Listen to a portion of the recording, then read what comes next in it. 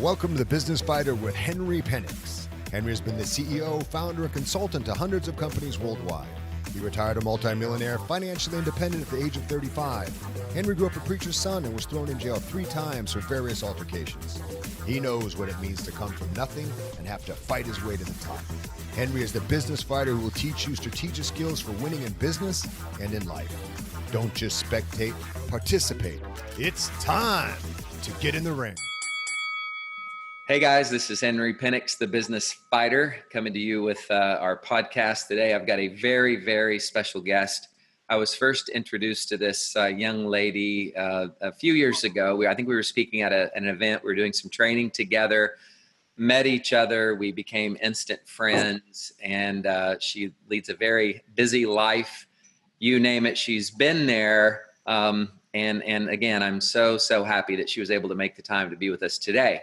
Please welcome Vanessa Horn. Vanessa, welcome. Pleasure to be here. So delighted. Yeah, thank you. We haven't talked in a few months, but I assume everything continues to go well with you. Super exciting. Yeah. Like you, like things keep moving. Yeah. There's no friction there. What I like to do when I bring on a guest, I love to bring on a guest that has the heart. I promise my audience that whoever I bring on, they not only have the talent, the brain power, the firepower, but they've got the heart. And that stands out to me about you most of all. And, you know, you've been to the very top of the mountain, but you didn't start there. If you don't mind, I would love to hear, and I know my listeners would love to hear kind of that path that you began to take when you knew that you were maybe going down the wrong path, or there was a better path that you could take. What prompted you to do that? And just kind of lead us through a little bit of that, if you will, please.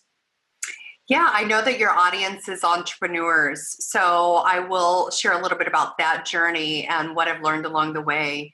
Please. I have been an entrepreneur since the last 16 years when I was pregnant with my firstborn, which was my motivation to leave my comfy corporate job and venture out into the world of entrepreneurship so I could be present for my boys. Now, my husband has a heart and a passion for the ministry.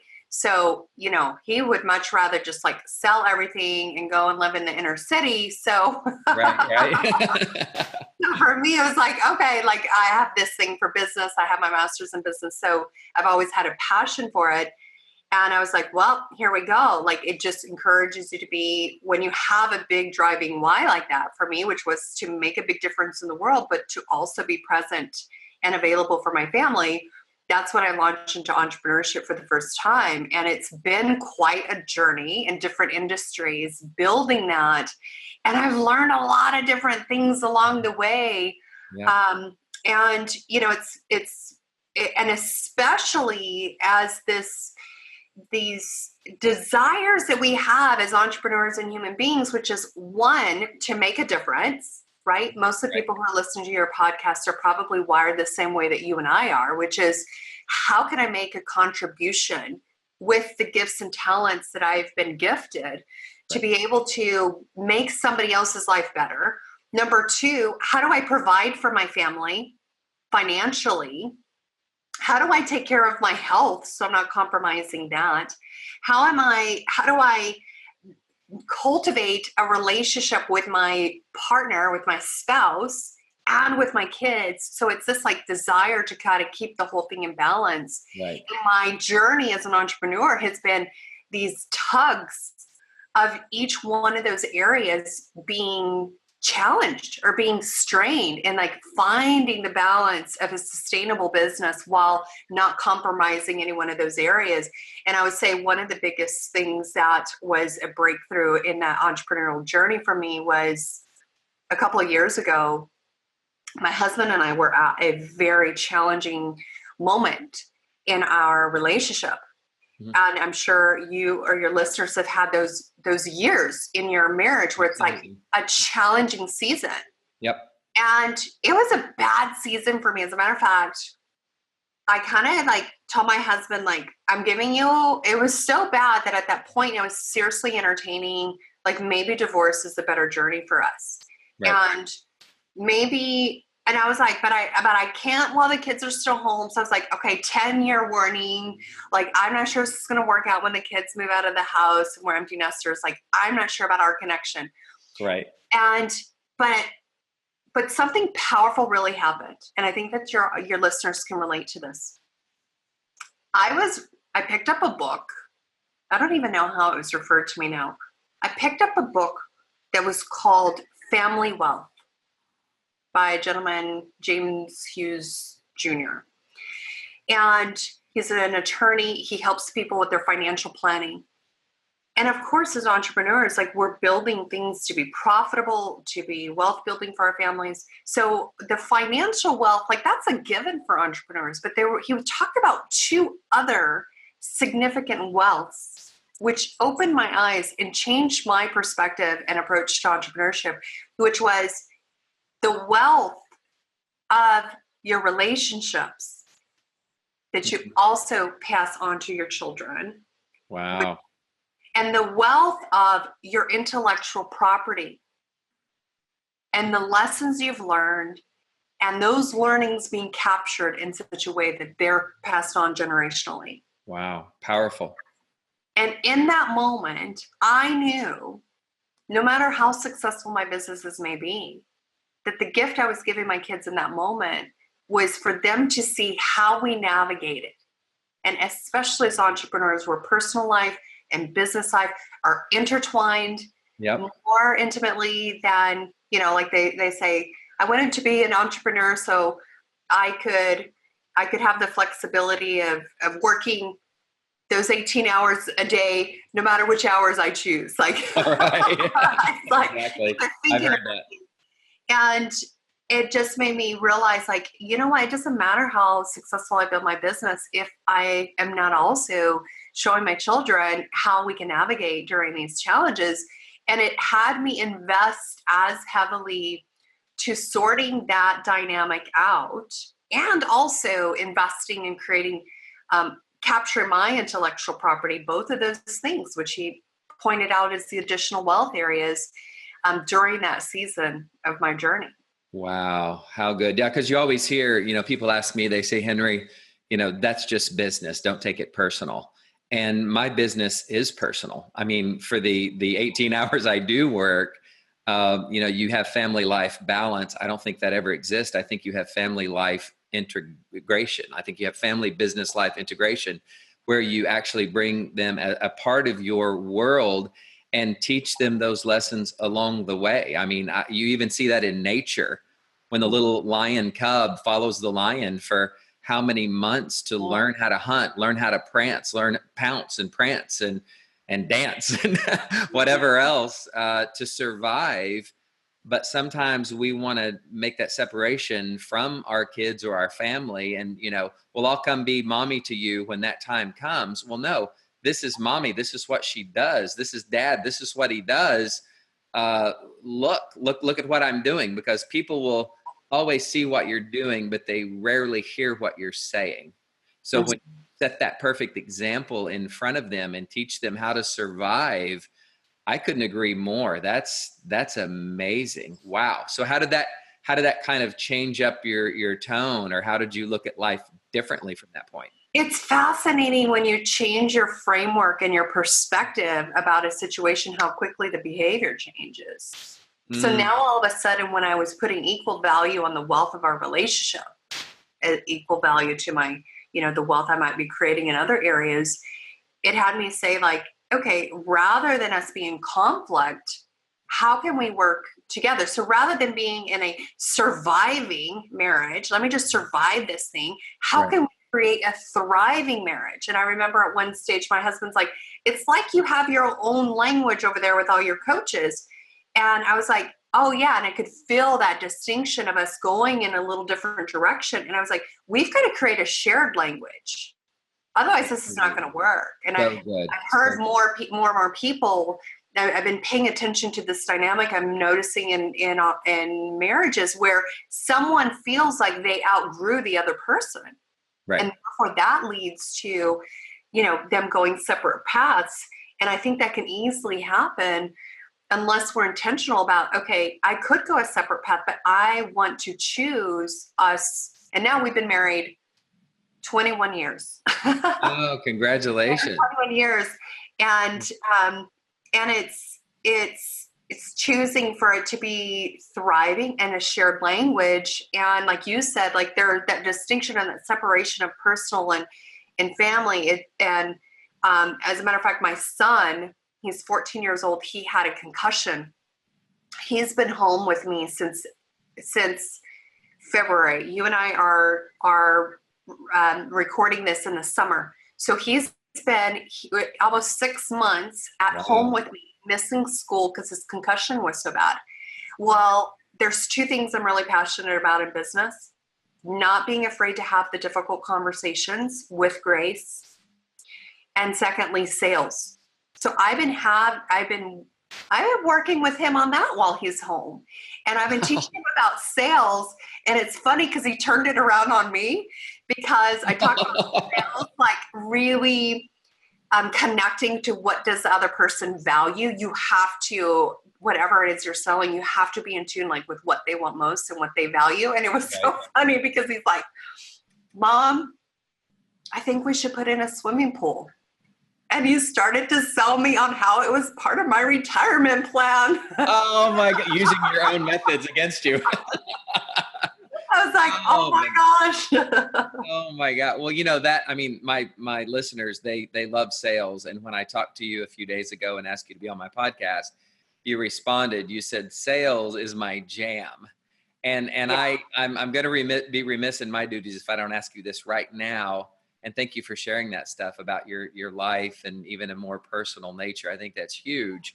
But take me to this level. Take me to, if you were telling your son, and maybe it's the same thing you've told your son, the top 3 areas in sales that you are like the best at, or you must make happen, or those top 3 tips, tools, or techniques that will allow you to make the sale or close the sale. I mean, talk to my audience like you would your own son. Like, what advice do you want to leave as a legacy to him, and you could teach us right now? These are 3 nuggets. I always ask the people I'm interviewing to leave some golden nuggets in an interview. And I think this is you've already left some, but what are those top 3 like sales nuggets? Teach around 2 or 3 of those right now.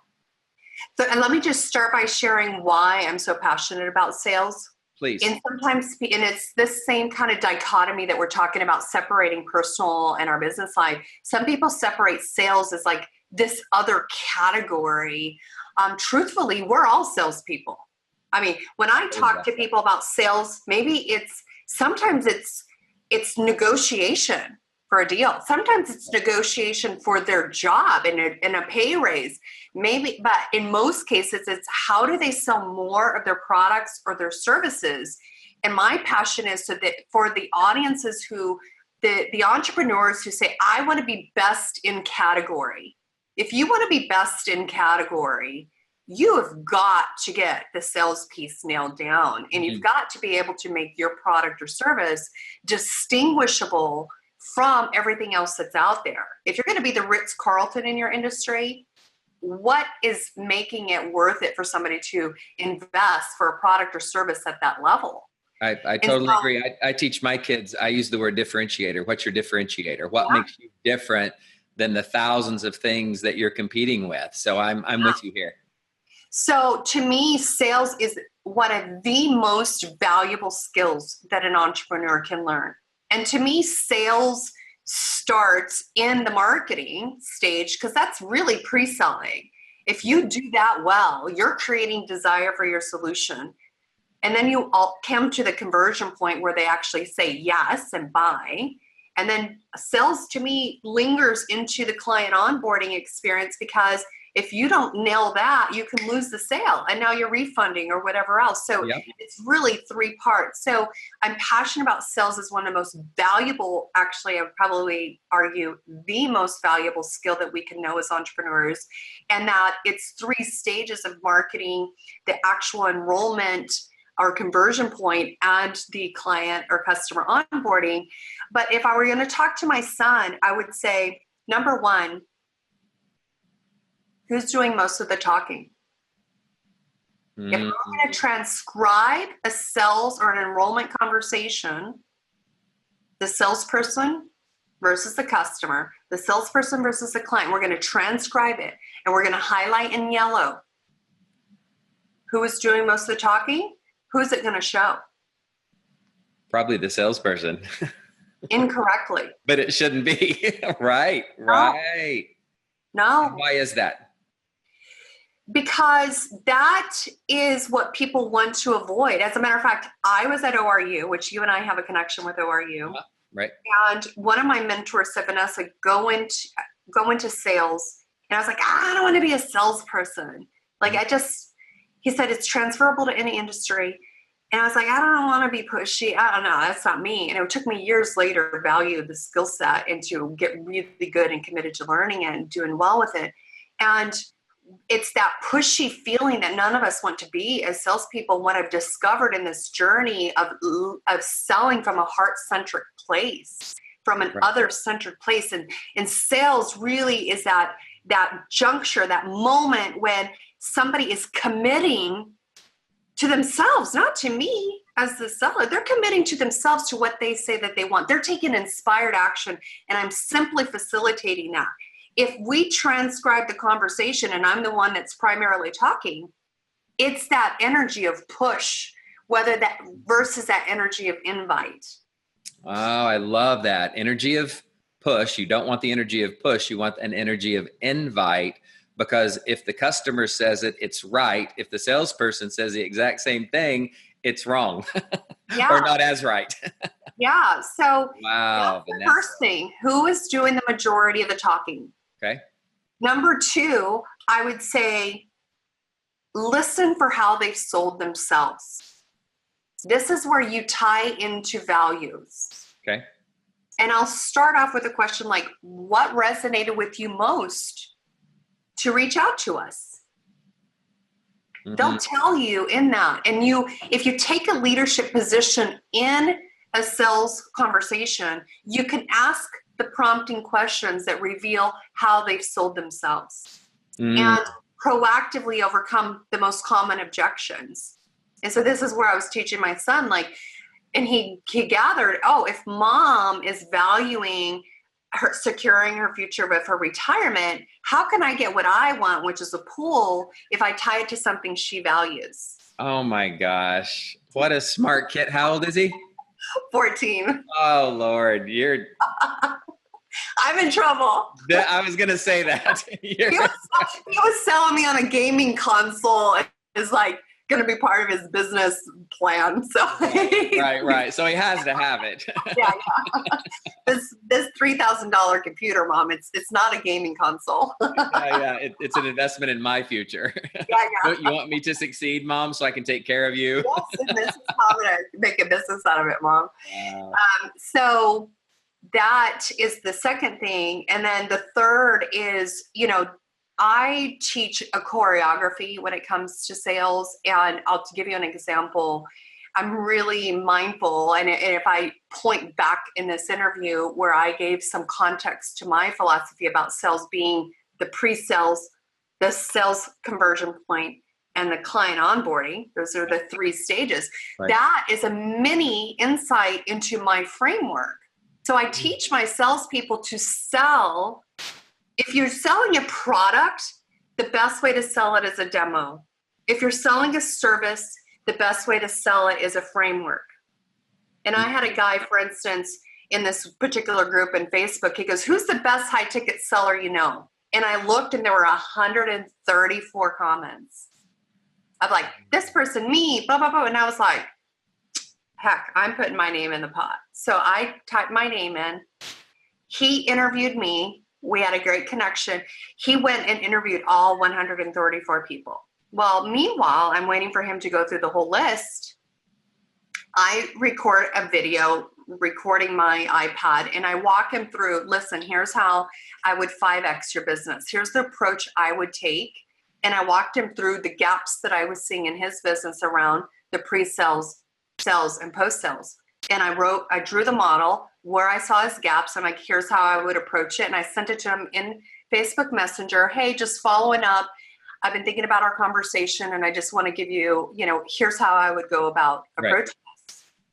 Needless to say, out of all 134 people, he hired us, my team and our agency. Wow. And when I asked him why me versus the other 134 you interviewed, he said, Vanessa, you were the only one who followed up with a video, but had a very specific methodology versus just touting, oh yeah, I can do it, I'm the best. And it was clear that you had a systematic approach and you distinguish why you versus anybody else.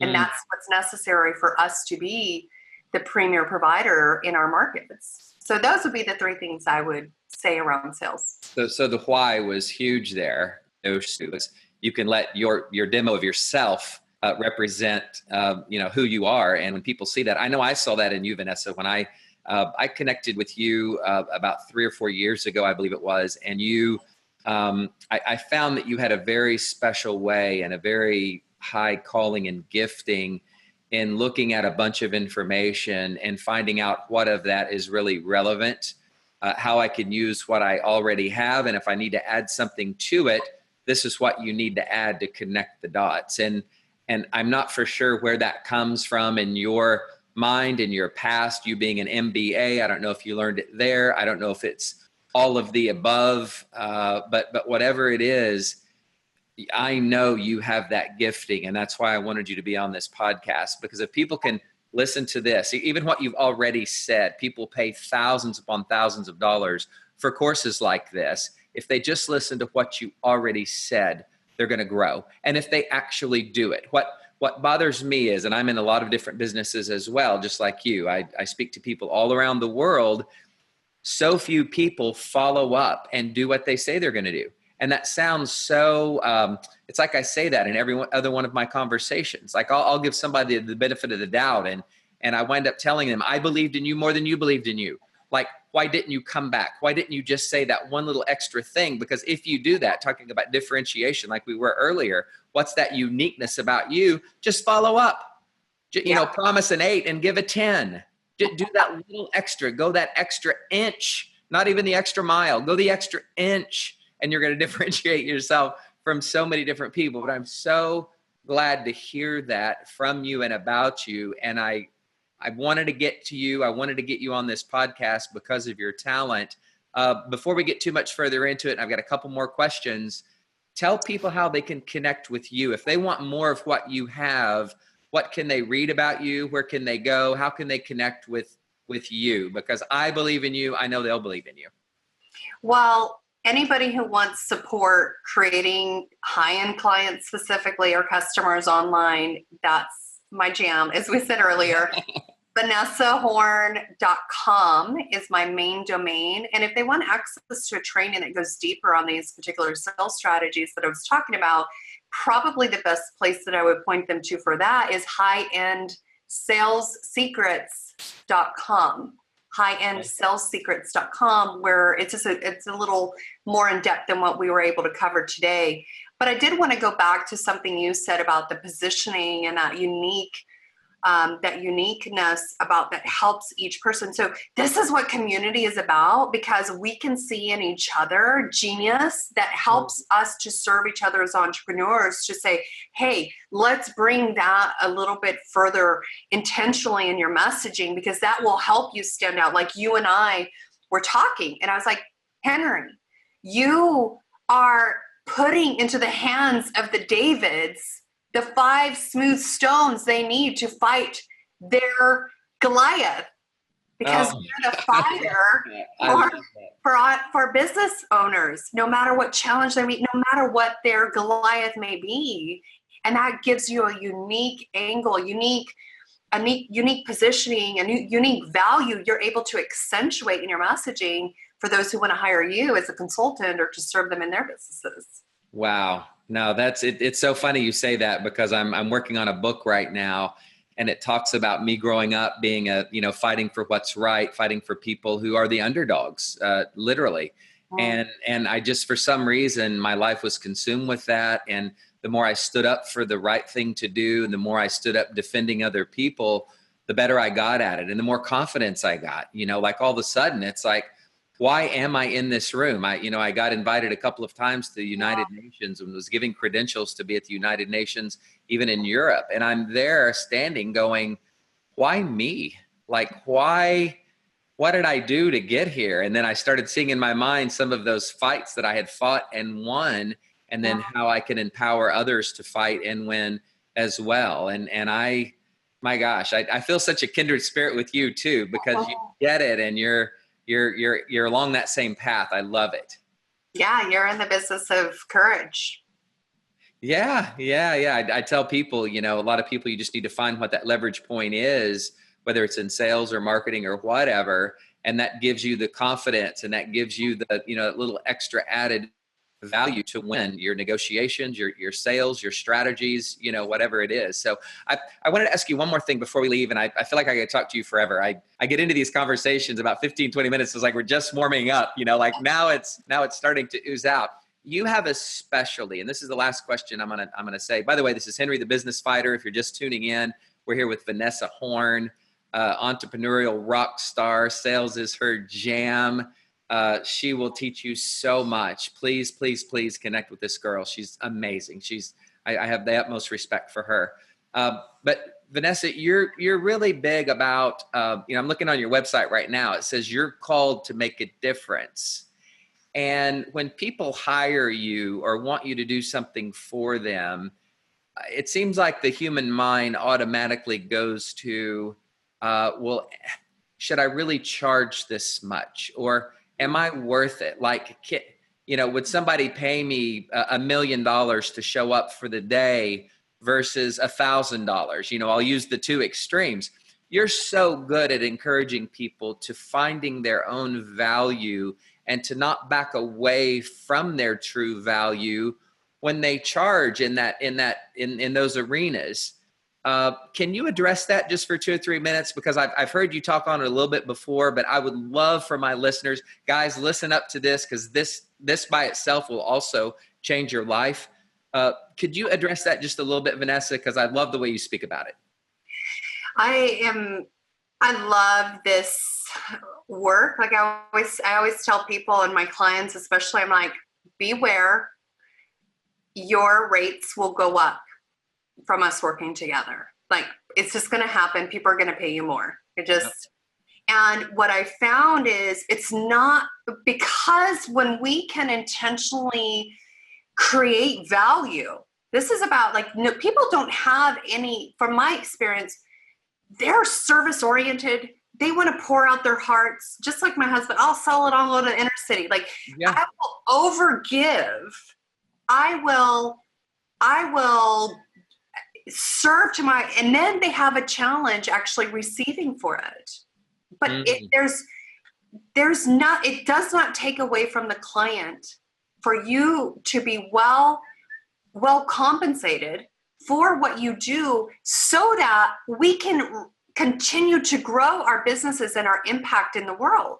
And the way that I encourage my entrepreneur clients around pricing is, what is the cost if your prospect does not have your solution compared to your price? Like, people always think, well, it's worth this or this, or they get this or this, and they start pricing out features. I'm like, no, what's the cost if they do not get this in their life? That's what you're really comparing price to.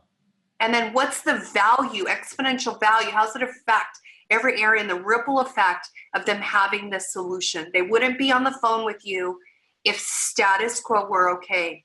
They sought something out to get fixed, serve them powerfully, open the door for them to take inspired action on what they want most. And my belief is, when the transference of money occurs, and especially when it's at a little bit of a higher level, we are committed at a higher level. Therefore, they get greater value.